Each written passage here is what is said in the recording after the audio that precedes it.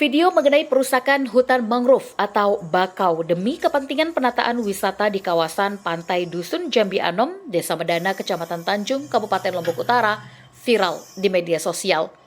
Dalam video berdurasi 41 detik tersebut, tampak beberapa pekerja yang diduga bekerja untuk pemerintah Kabupaten Lombok Utara tengah merusak berbagai hutan mangrove menggunakan alat berat. Berbagai tanggapan pro dan kontra muncul atas video pengerusakan tersebut.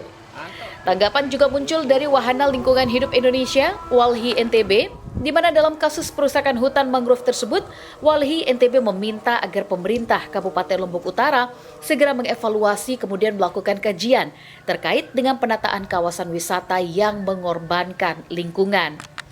Direktur Eksekutif Daerah Walhi NTB, Amri Nuryadin mengatakan, telah melakukan kunjungan ke kawasan tersebut pada Selasa 2 Agustus 2022.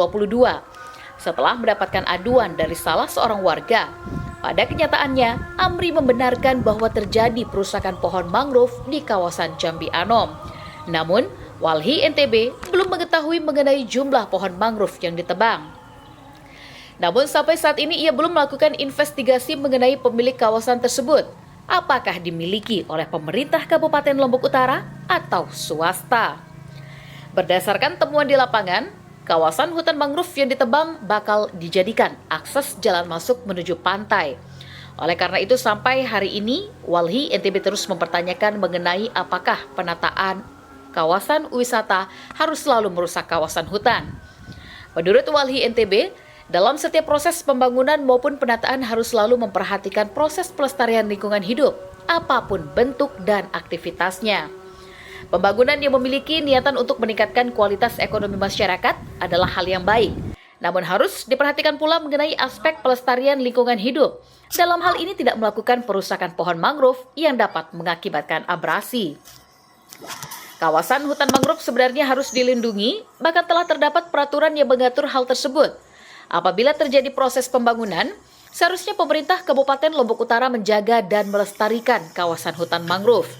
Apabila pihak pemerintah Kabupaten Lombok Utara memang ingin membangun kawasan wisata, harus membuat kajian lingkungan terlebih dahulu.